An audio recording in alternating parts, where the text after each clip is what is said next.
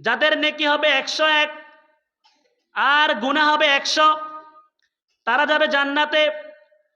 আর যাদের বদ আমল হবে 101 এবং কি নেক আমল হবে 100, তারা যাবে জাহান্নামে। আর কিয়ামতের ময়দানে হিসাব নিকাশের দিন এমন কিছু লোক পাওয়া যাবে যাদের নেক আমলও 100, বদ আমলও 100, যাদের মিজানের পাল্লা সমান থাকবে। এই সমস্ত লোকদেরকে ওই আরফ নামক স্থানে জায়গা দেওয়া হবে। সুবহানাল্লাহ। কোরআনে কারিমের মধ্যে একটা সূরা আছে, সূরা আরফ। জান্নাত এবং জাহান্নামের মধ্যবর্তী একটি উঁচু জায়গা, ওই জায়গাটাকে বলা হয় আরফ। কঠিন কিয়ামতের ময়দানে যখন আল্লাহ তাআলা বান্দাদের আমল নামা পাল্লার মধ্যে তুলবেন, মিজানের পাল্লায় উঠাবেন, যার নেকের পাল্লা ভারী হবে সে জান্নাতে যাবে, আর যার বদের পাল্লা ভারী হবে সে জাহান্নামে যাবে।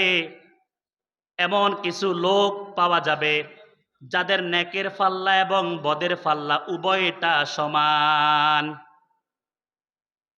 এমন কিছু লোক পাওয়া যাবে যাদের নেকিও 100, গুনাহও 100। যাদের নেকি হবে 101 আর গুনাহ হবে 100, তারা যাবে জান্নাতে। আর যাদের বদ হবে, বদ আমল হবে 101 এবং কি নেক আমল হবে 100, তারা যাবে জাহান্নামে। আর কিয়ামতের ময়দানে হিসাব নিকাশের দিন এমন কিছু লোক পাওয়া যাবে যাদের নেক আমলও 100, বদ আমলও 100, যাদের মিজানের পাল্লা সমান থাকবে। এই সমস্ত লোকদেরকে ওই আরফ নামক স্থানে জায়গা দেওয়া হবে। সুবহানাল্লাহ। অত্যন্ত দুঃখের বিষয় কি জানেন, এই আরফ নামক স্থানের মধ্যে জায়গা দেওয়ার পরে হিসাব নিকেশ শেষ। যারা জান্নাতি তারা জান্নাতে চলে যাবে চিরস্থায়ী, খালিদিনা ফিহা আবাদা। যারা জাহান্নামে তারা জাহান্নামে চলে যাবে। কিন্তু এই সমস্ত লোকগুলো জান্নাতেও নয়, জাহান্নামেও নয়, ওই আরফ নামক উঁচু স্থানের মধ্যে তাদেরকে আল্লাহ তাআলা আবদ্ধ করে রাখবেন। এই একটা উঁচু জায়গা, তো তো এই পাশে জান্নাত আর এই পাশে জাহান্নাম।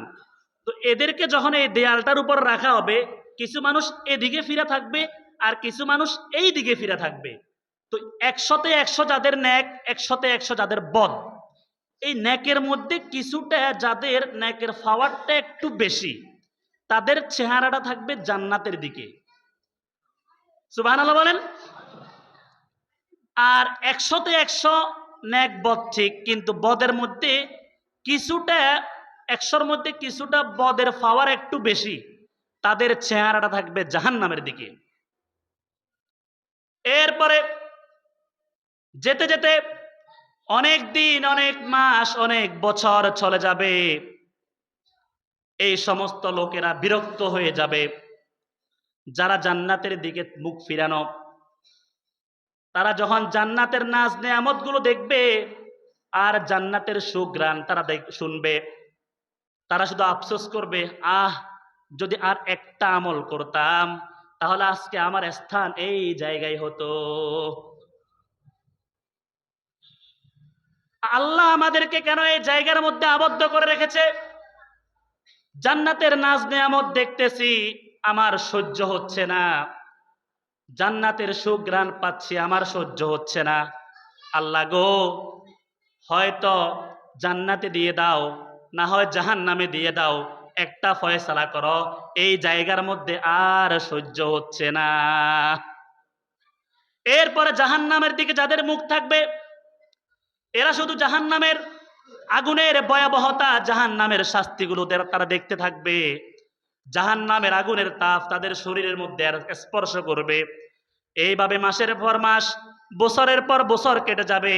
আর তারা আল্লাহর দরবারে দোয়া করবে, আল্লাহ কেন আমাদেরকে এখানে আবদ্ধ করে রেখেছ? হয়তো জাহান্নামে দিয়ে দাও, না হয় জান্নাতে দাও, যেখানে দিবে এক জায়গা দিয়ে দাও, এই জায়গায় আমাদের আর সহ্য হচ্ছে না। পেয়ারে হাজিরিন, এই জন্য বলবো, একটা নেকি সেদিন বুঝে আসবে যখন আমি আপনি জাহান্নামী হলে তো হলাম, জাহান্নামের আগুনে জ্বলবই, আর জান্নাতি হলে তো হলাম, জান্নাতের নাজ নেয়ামত দেখতে থাকবো, বক্ষণ করব। কিন্তু যদি আমি আপনি নেকের আমলও করে বদের আমলও করে এইদিকে 5 ওয়াক্ত নামাজ মসজিদে জামাতে পড়ি প্রথম কাতারে, মসজিদ থেকে বের হয়ে অন্যের জমির আইল কেটে ফেলি, আসেনি? মসজিদে জামাতে 5 ওয়াক্ত নামাজ পড়ি প্রথম কাতারে ইমাম সাহেবের পিছে, এরপরে মসজিদ থেকে বের হওয়ার পরে আসো কে কে আমার থেকে সুদের টাকা নিয়েছ, মাস শেষ হয়ে গিয়েছ, লভ্যাংশগুলো দিয়ে যাও, আসেনি? এই সমস্ত লোক যারা নেক আমলও করে, রোজাও রাখে, হজও করেছে, যাকাতও দেয়, আবার ঘুষও খায়, সুদও খায়, আবার পরের জমিনের আইল কেটে ফেলে, এই ধরনের লোক যখন তার নেকের আমল বদের আমল মিজানের পাল্লায় তোলা হবে, মিজানের পাল্লায় তুলানোর পরে তার নেকের আমলও 100, বদের আমলও 100, যখন তাকে আসহাবুল আরাফের মধ্যে রাখা হবে তখন সে আফসোস করবে, আহ যদি সবে বরাতের রজনীতে একবার সুবহানাল্লাহ বেশি পড়তাম তাহলে আজকে এই আরাফের মধ্যে থাকা লাগতো না, আমার ঠিকানা হতো জান্নাতে। আল্লাহু আকবার। সেদিন বুঝবেন একটা সুবহানাল্লাহর দাম কত। সেদিন বুঝবেন ইস মুসল্লিরা তো বেরিয়ে গিয়েছে, আমি যদি আর 1 সেকেন্ড পরে মসজিদ থেকে বাইরে হইতাম। সেদিন বুঝবেন,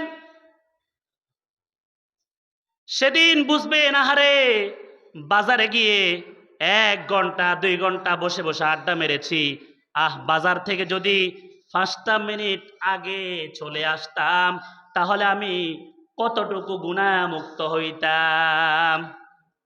সেদিন বুঝে আসবে বাবা, সেদিন বুঝে আসবে একটা গুনার কারণে আপনার মিজানের পাল্লায় গুনার পরিমাণ হয়ে গেছে 101 আর নেকি 100।